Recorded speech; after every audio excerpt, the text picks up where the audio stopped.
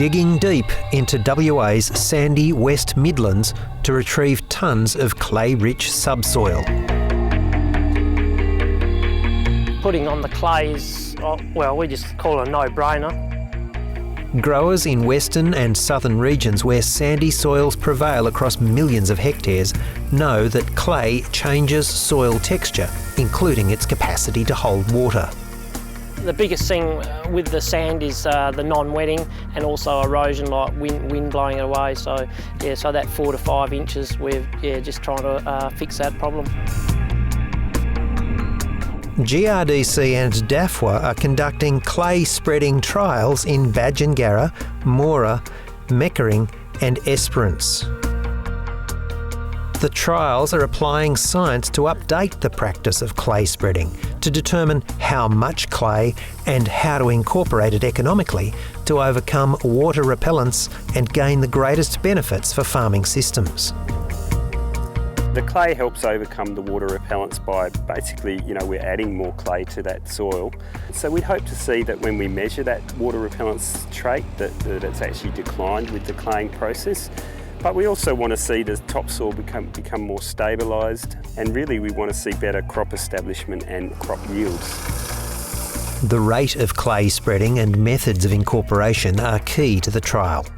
We're trying to add enough to get up to at least 3 or 5% clay, which basically is a level that we know overcomes the soil water repellents. The way we will incorporate the clay here is the site will be deep ripped, and that'll start the incorporation process. And then one of the implements we use will just be a small set of offset discs, and that's really just incorporating the clay into the top 10 centimetres. And then the other implement that we'll use is a rotary spader, and they're really good for incorporating clay almost down to 30 centimetres, so they can actually incorporate high rates of clay quite a bit deeper. A simple field exercise illustrates the potential in these stubborn sandy soils. Yeah, so you can see here, this is the problem. This water's just sitting here beaded on the water repellent soil. It's going nowhere, and if you don't do anything about this problem, it'll always just stay there. So this is an area where we've applied the clay, and we've actually just sort of incorporated it by hand initially here, and just showing how the water actually infiltrates better once it's got that clay in the soil, and helps overcome that water repellents problem.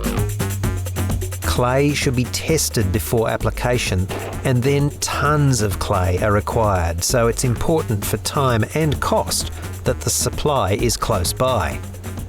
Often the costs are anywhere from $100 per hectare, depending on the tool being used, right up to sort of $200 a hectare just for that incorporation process.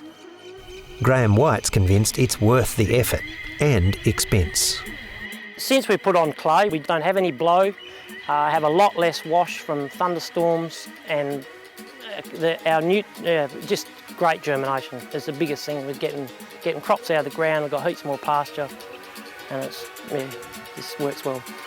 Managing the sites after claying is crucial to the overall success.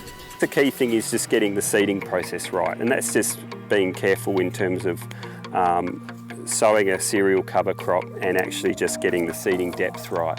But caution's required to achieve a fine balance, which is what this trial is all about.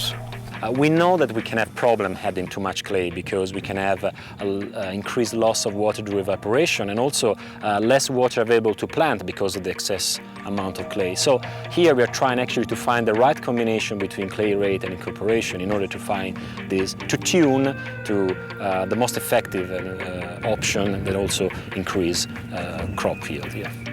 The researchers are keen to provide early results based on crop establishment this season. We'll be able to look at whether the clay's impacted on nutrient uptake over this year and crop growth, and then we'll actually be getting yields this year, and we'll see if the clay and the incorporation methods themselves have had an impact on the grain yields.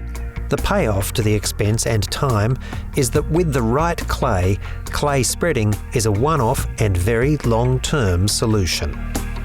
The evidence we have from what growers have done in South Australia is that the benefits can last decades, even up to 30 years or even more. So it's almost a permanent solution, certainly in our lifetimes.